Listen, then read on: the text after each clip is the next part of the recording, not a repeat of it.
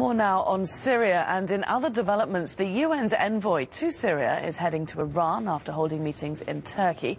Lakhdar Brahimi, seen here on the right, met the Turkish foreign minister on Saturday. The German foreign minister and the head of the Syrian National Council are also in Istanbul for talks.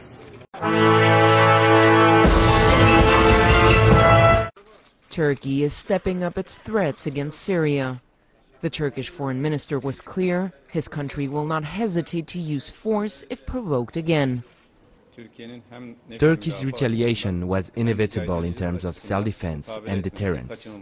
So we retaliated, and Turkey will retaliate again if its border with Syria is violated again, and if we feel that Turkey's national security is in danger.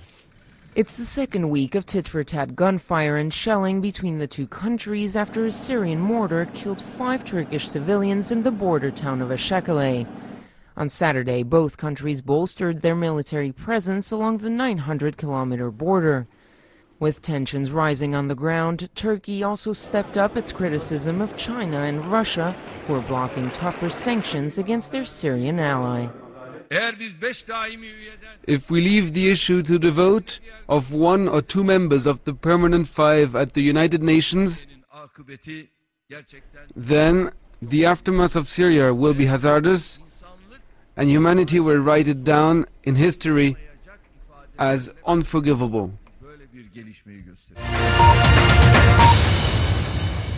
Meanwhile, the campaign group Human Rights Watch has accused Syria of a significant increase in its use of cluster bombs against civilians.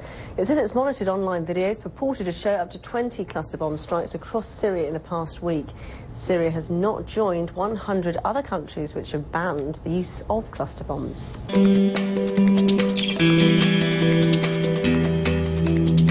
Syria's air force has repeatedly used cluster munitions to attack rebel-held areas, according to Human Rights Watch. The weapons are controversial because when they're released, they scatter dozens of smaller bomblets over a wide area.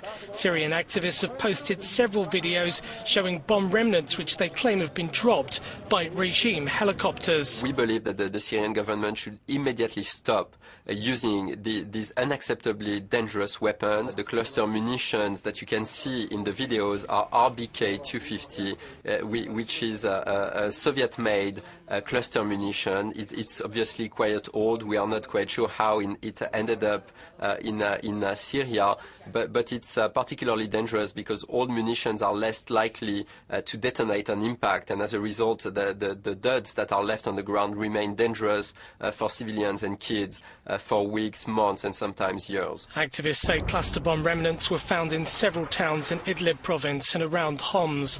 More than 110 countries, excluding the US, have signed a convention banning their production and use.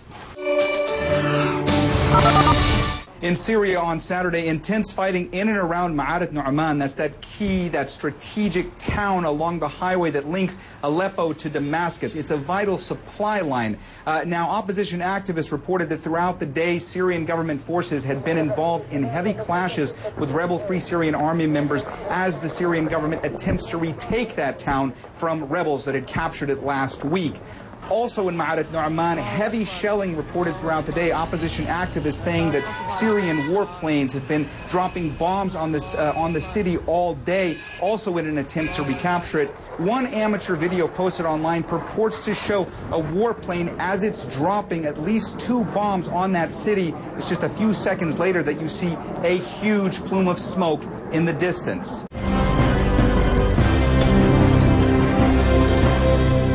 Rebels say they shot down a Syrian fighter jet on Saturday in Aleppo, a city some 50 kilometers from the border with Turkey. They also reportedly detained more than 250 government troops near the town of Jisr al-Shugur, 20 kilometers from the border.